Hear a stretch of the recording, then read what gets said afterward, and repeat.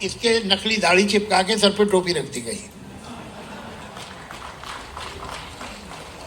اور میری مادری زبان ہے اردو, مجھے اس سے بہت محبت ہے, لیکن I am with those Bengalis of so called East Pakistan which is now Bangladesh, پر جو ہو رہا ہے وہ تو چھوڑیے, ابھی اس کی پہ بھی بات کر لیں گے, جنہوں نے 10 کروڑ بنگالی مسلمانوں نے کہا کہ ہم اردو نہیں پڑھیں گے, ہم بنگالی پڑھیں گے.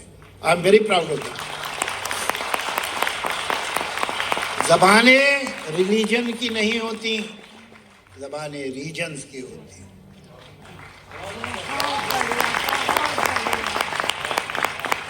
تو یہ فراڈ جو تھا ٹو نیشن تھیوری کا, جو جھوٹا ہے. ٹو نیشن تھیوری یہ کہتی تھی کہ ہندو ایک نیشن ہے اور مسلم ایک نیشن ہے.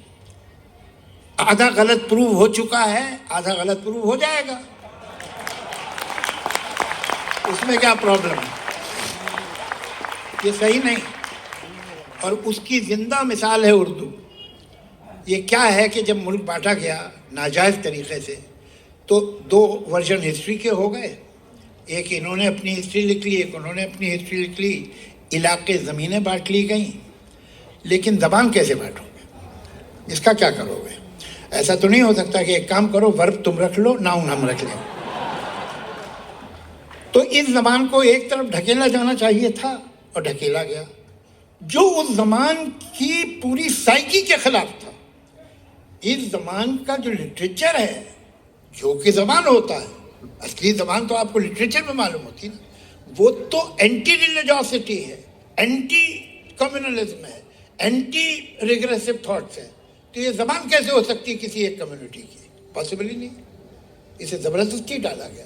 مجھے یہاں بہت ملتے ہیں لوگ, پہلے 70s میں کہتے تھے میرے فادر صرف اردو کا اخبار پڑھتے ہیں, اور اب کہتے ہیں میرے گرینڈ فادر. ایک جنریشن چینج ہے. میرے گرینڈ فادر تو سر وہ خط بھی اردو ہی میں لکھتے تھے. تو میں ان سے پوچھتا تم کیوں نہیں لکھتے ہو, یہ تمہاری زبان ہے.